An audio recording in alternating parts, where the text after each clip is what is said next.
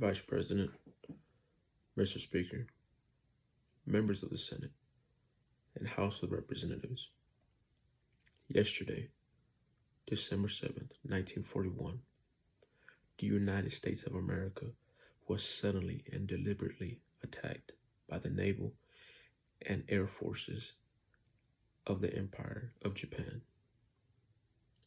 We were at peace with this nation, and at the solicitation, Japan was still in conversation with its government and emperor towards peace of maintenance in the Pacific.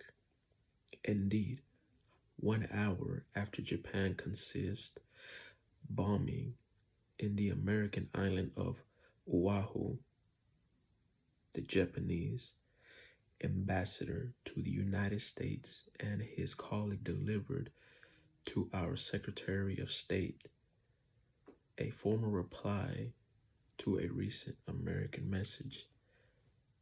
And while this reply stated that it was useless to continue the existence of a diplomatic negotiation, it contained no threat of war or armed attack. It will be recorded that the distance between Hawaii and Japanese makes it obvious that the attack was planned days, even weeks ago.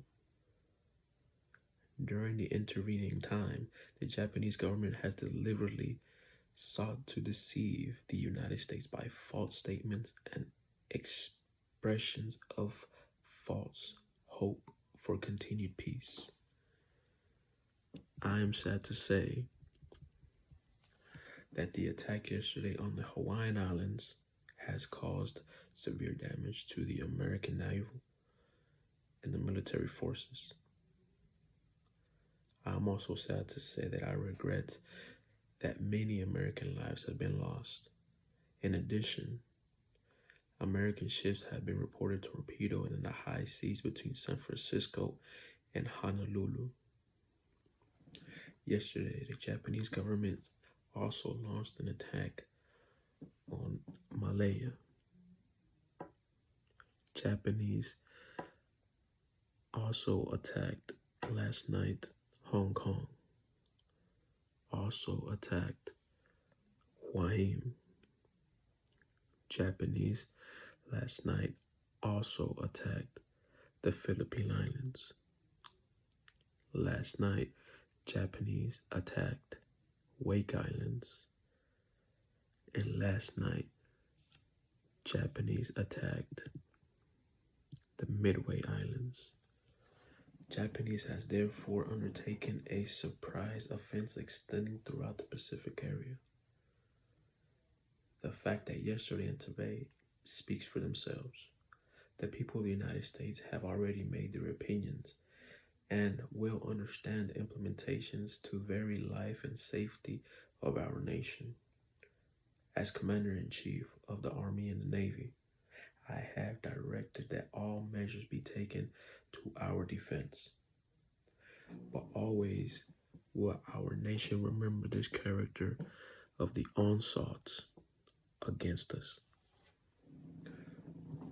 No matter how long it may take us to overcome this paramedic invasion, the American people in their righteous might will thought to absolute victory. I believe that I interpret the will of the Congress and of our people when I insert that we will not only defend ourselves to the uttermost, but will make it very certain that this form of treachery will never again endanger us. Hostility exists. There is no blinking at the fact that our people, our territory, and our inserts are in grave danger. With confidence in our armed forces, with unbounding determination of our people, we will gain the interminable triumph. May God be with us.